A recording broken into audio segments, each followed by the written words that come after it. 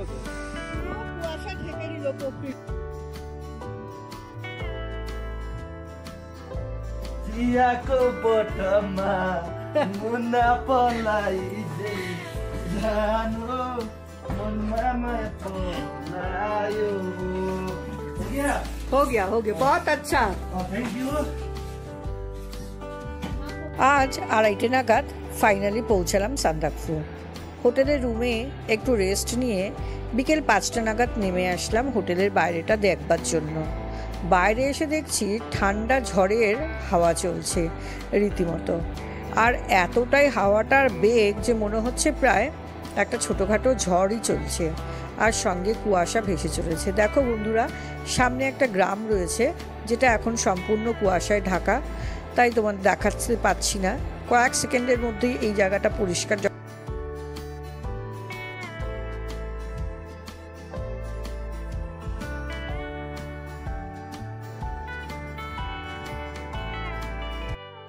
আমি দাঁড়িয়ে থাকতে পর্যন্ত পাচ্ছি না, হাত এতটাই ঠান্ডা হয়ে যাচ্ছে। তোমরা দেখতে পাচ্ছ বন্ধুরা, এই যে দেখো ভেসে যাচ্ছে, এগুলো কিন্তু সম্পূর্ণ মেঘ, আর রীতিমতন ঠান্ডা, ভীষণ ঠান্ডা। আর এই যে যাচ্ছে যখন, এই জানলা দরজা ঠকঠক ঠকঠক করে রীতিমতো কাঁপছে এই হাওয়ার দাপটে। তো বন্ধুরা দেখো, আমি আজ এই সান্দাকফুর এই যে রাস্তাটা যেখানটাতে দাঁড়িয়ে আছি সেটা কিন্তু নেপালে, আর এই হচ্ছে আমাদের হোটেল সানরাইজ, যেখানে আমরা রুম নাম্বার 203-তে থেকেছি, 6 জনের রুম সেটা। আর এখানে কিন্তু ভীষণ সুন্দর লাগছে দেখতে এই হোটেলের সামনে থেকে এই সামনের গ্রামটা। এবার পরিষ্কার হলো।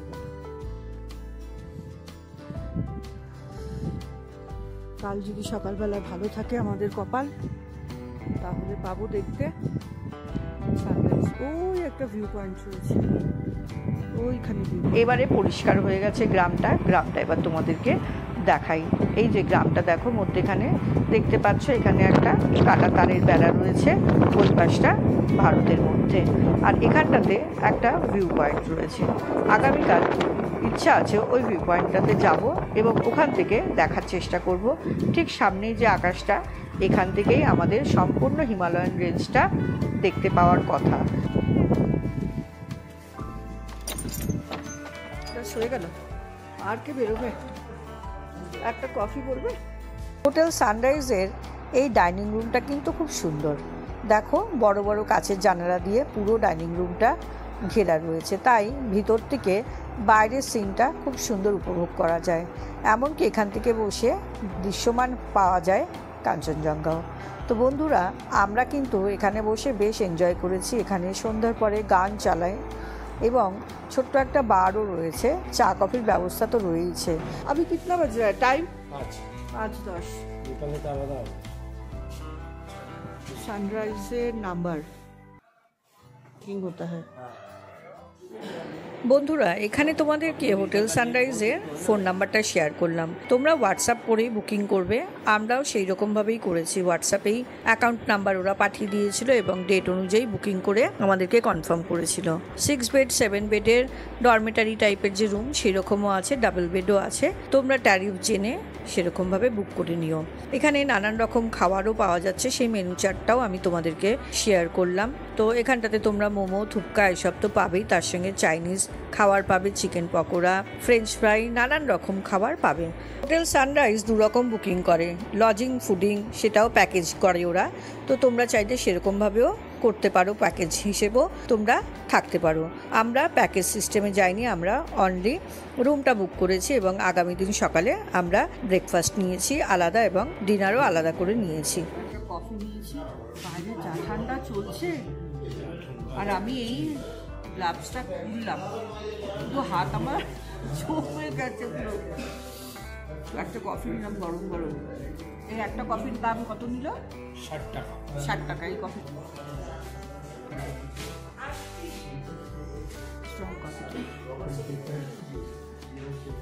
সানরাইজে এসে প্রথম আমি খাবার টেস্ট করলাম, কফি দিয়ে স্টার্ট করলাম।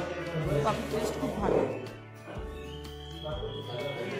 ডিনার অর্ডার 4টের মধ্যে দিয়ে দিতে হয়, 4টের মধ্যে আমরা অর্ডার দিয়ে দিয়েছি ডিনার, রুটি, ডাল ফ্রাই আর মিক্সড ভেজ। 5টা 27, প্রচুর ঠান্ডা। 5:27 আমরা আছি আমাদের হোটেল সানরাইজের ছাদে।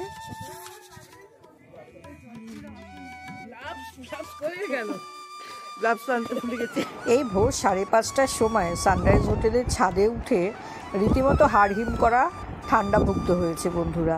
হাত দুটো ঠান্ডাতে শক্ত হয়ে জমে গিয়েছে। গ্লাভসও নিয়ে যেতে ভুলে গেছি তাড়াহুড়োর চোটে। কিছু যদি মিস হয়ে যায়, কোনো সিন যদি মিস হয়ে যায়, তার জন্য দৌড়ে দৌড়ে উঠেছি।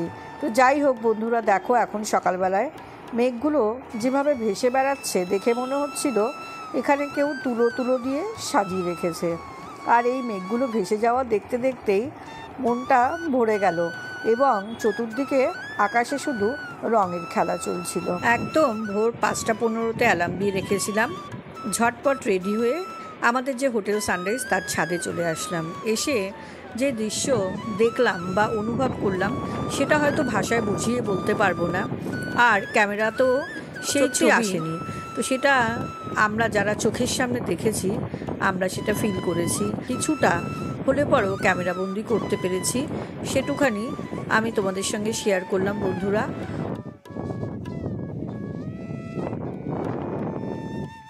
হোটেলের প্রত্যেকটা ট্যুরিস্টই এখন ছাদে।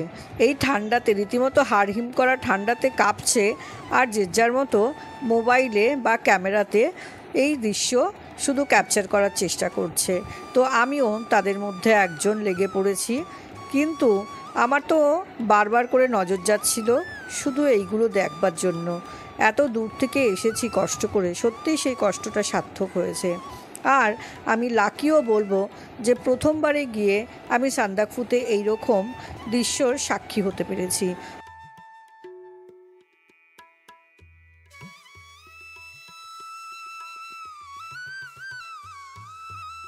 আমরা লাস্ট 3 দিন দার্জিলিংয়ে ছিলাম। একটা দিনও সেখান থেকে আমরা কাঞ্চনজঙ্ঘা বা স্লিপিং বুদ্ধার ভিউ পাইনি, তাই মনটা খুব খারাপ ছিল। গতকাল যখন আমরা রাস্তায় আসলাম তখনও ওয়েদারটা খুব একটা ভালো ছিল না। সত্যি মনটা খুব ভারাক্রান্ত হয়েছিল যে আজকের সকালবেলায় কীরকম আমরা এখানকার যে সিনটা সেটা দেখতে পাবো। তো ভগবান সহায় ছিলেন, হয়তো এতটা কষ্ট করে গিয়েছি সেটা সার্থক হয়েছে। আমরা চোখের সামনে দৃশ্যমান পেলাম কাঞ্চনজঙ্ঘা, স্লিপিং বুদ্ধা, পরপর অনেকগুলো রেঞ্জ যেগুলো হিমালয়ান বড় বড় রেঞ্জ সেগুলো দেখতে পেলাম। এবং এখান থেকে মাউন্ট এভারেস্টও দেখা যায়। দূর থেকেই এসেছে অল্প কিছুটা, সেটা তোমাদের সঙ্গে আমি শেয়ার করব। দেখো মাউন্ট এভারেস্টও কিন্তু এই সান্দাকফু থেকে দেখা যায়। তো চোখের সামনে দেখো এইরকম আস্তে আস্তে দেখছি আকাশের রঙগুলো সব চেঞ্জ হচ্ছে আর আকাশটা একটু একটু ফর্সা হচ্ছে। নিচের গ্রামটা একদম শুরুতে দেখা যাচ্ছিল না, এবারে আস্তে আস্তে দেখা যাচ্ছে। সামনে একটা ভিউ পয়েন্ট আছে ঠিক সানরাইজ হোটেলের পিছনে। সেই ভিউ পয়েন্টটায় দেখলাম অনেকেই ভিড় জমাচ্ছে, কারণ ওখান থেকে মাউন্ট এভারেস্ট খুব ভালো দেখা যায়। তো এখন প্রায় সূর্য উঠে গিয়েছে। ঠান্ডা হাওয়ার দাপট কিন্তু কিছুতেই কমছে না। এতটাই জোরে ঠান্ডা হাওয়া চলছিল যে গায়ের চাদরও উড়িয়ে দিচ্ছিল। আর সোয়েটার, টুপি এইগুলো কিছুই এই ঠান্ডা হাওয়ার কাছে মানছিল না। বন্ধুরা, মন ভরে চোখের সামনে স্লিপিং বুদ্ধা দেখলাম। তারপরেই নজরে আসলো মাউন্ট এভারেস্ট।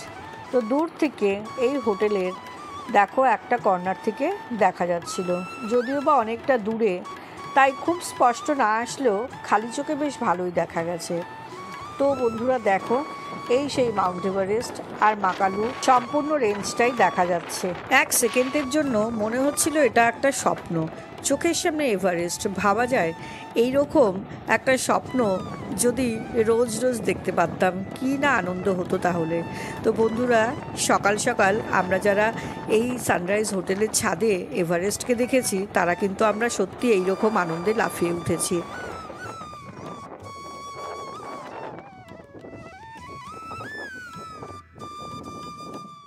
আমার নতুন বন্ধুরা যারা প্রথমবার আমার এই চ্যানেলের এই ব্লগটা দেখছো, যদি তোমাদের ভালো লাগে তাহলে একটা লাইক কমেন্ট করো আর চ্যানেলটা সাবস্ক্রিপশন করে নিও। সাবস্ক্রাইব করে রেখে বেল বাটনটাকে প্রেস করে দিও, তাহলে এই রকম ব্লগ ভিডিও তোমরা পেতে থাকবে। আর আমারও ভালো লাগবে যদি সাবস্ক্রাইব করো।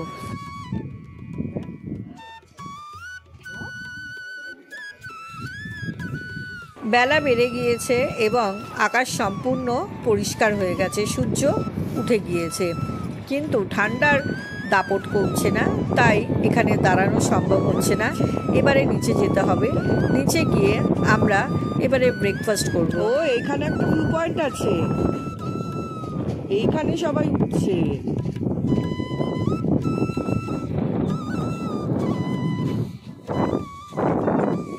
এখানে একটা ভিউ পয়েন্ট আছে, সবাই এখানটাতে উঠছে। 200 টাকার এগেনস্টে এখানটাতে সানরাইজ হোটেল বাফে ব্রেকফাস্ট দিয়ে দেয়। তো তার মধ্যে স্পেশাল এখানকার তিবেতিয়ান ব্রেডটা দেখো, আর তার সঙ্গে পাউরুটি, জ্যাম, বাটার সবটাই থাকে, পোহা, চাউমিন এবং আলুর তরকারি। দেখো, যদি আমরা এটা খাই, লাল কালার আলুর তরকারি, आलू आलू और इसमें है এটা চাউমিন, এটা পোহা আর এটা ব্রেড। বন্ধুরা, আমাদের হোটেল রুমের থেকে তোমাদেরকে দেখাই জানলার থেকে ভিউ পয়েন্টটা। আর এই ভিউটা দারুণ। দেখো, এখান থেকে সম্পূর্ণ স্লিপিং বুদ্ধা রেঞ্জটা দেখা যাচ্ছিল কিছুক্ষণ আগে পর্যন্ত। এখন প্রায় 9টা বাজতে যাচ্ছে, তাই অনেকটাই আকাশ ঢেকে দিয়েছে মেঘে। তো এই রুম থেকে খুব ভালোই দেখা যায়। এখানকার যে রুমগুলো, তার মধ্যে বেস্ট হচ্ছে 204 নম্বর রুম। আমরা আছি 203 নম্বর রুম, যেটা 6 বেডের, 6 বেডের, আর 204 নম্বরটা 7 বেডের। আমাদের রুমের ভাড়া 4,500 টাকা পড়েছে 6 বেডের রুমটা। হোটেলের টয়লেটে কুমোড আছে, কিন্তু ফ্ল্যাশ করার সিস্টেম নেই, এবং এই নল থেকেই জল পড়ে। এই ঠান্ডা জলেই আমাদের সমস্ত কাজ করতে হয়েছে। ফ্লোরে একটা গরম জলের ব্যবস্থা আছে ঠিকই, কিন্তু আজ সকাল থেকে সম্পূর্ণ সেই জল নিয়ে টানা হিচড়ে চলেছে। এক মগও জল বলতে গেলে আমরা পাইনি। এটা কিন্তু ভীষণ খারাপ লাগলো হোটেল সানরাইজ। একটা ডাবল বেড, এই একটা ডাবল বেড, এই একটা সিঙ্গেল, এই একটা সিঙ্গেল। আমরা আছি 203, কিন্তু 204-এর ভিউটা দেখাবো। 204 নম্বর রুমটা কিন্তু দারুণ। পাঁচটা, এই পাঁচটা এখান থেকে দেখাই।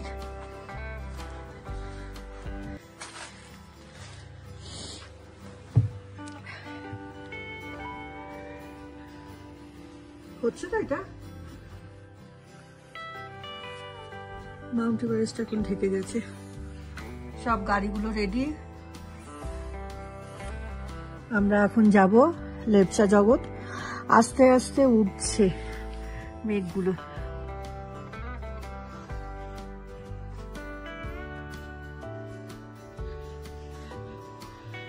আচ্ছা, এখানে টয়লেট সেম। হ্যাঁ, আমি ভেবেছিলাম আমাদেরকে এই রুমটাই দেবে, এটাই বলেছিলাম, কিন্তু এটা 7 বেডের। এটা 2, 4, 5, 6, 7 জনের, তো 6 জন আছি, তাই আমাদেরকে এটা দিয়েছে 6 জনের রুমেরটা। 203 নম্বর আমাদেরটা। আমার চ্যানেলে প্রথম যারা এই ব্লগটা দেখছো, সেই নতুন বন্ধুদের কাছে অনুরোধ রইল চ্যানেলটা সাবস্ক্রাইব করার, আর সঙ্গে বেল বাটনটাকে প্রেস করে দেওয়ার। যদি ভিডিওটা ভালো লাগে তাহলে কিন্তু অবশ্যই একটা লাইক করে দিও মনে করে, আর কমেন্ট করো। বন্ধুরা, সঙ্গে থেকো। বন্ধুরা, তোমাদেরকে আরও একটা কথা জানাই, এই যে আমরা যখন মানেভঞ্জন থেকে এসেছি গাড়িটা নিয়ে, সেই গাড়ি বা ড্রাইভার কোনোটাই আমাদের হাতে ছিল না, সিলেকশনটা ওনারাই করে দিয়েছিল। আর এই ড্রাইভারের ব্যবহার আমাদের মোটেই খুব একটা ভালো লাগেনি, তাই তার নাম্বারটা শেয়ার করলাম না। যাই হোক বন্ধুরা, আমাদের এই ট্রিপ শেষ হচ্ছে। এরপরে আমি আর একটা ব্লগে তোমাদেরকে সান্দাকফু দেখাবো, গ্রামটা কীরকম সুন্দর, আর এখানকার 2-1টা ভিউ পয়েন্ট আছে, সেই জায়গাটাও দেখাবো। আমার চ্যানেলের প্লেলিস্টে গিয়ে বন্ধুরা চেক করতে পারো, যেখানে তোমরা সান্দাকফু দার্জিলিংয়ের ব্লগগুলো পাবে, সেগুলো দেখো। আশা করি ভালো লাগবে তোমাদের।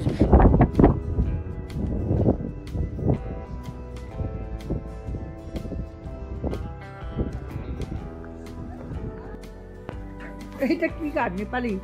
নেপালি ভাষায়। चियाको बोटमा मुना पलाई धान हो मनमा माया पलायो हो गया हो गया बहुत अच्छा। Thank you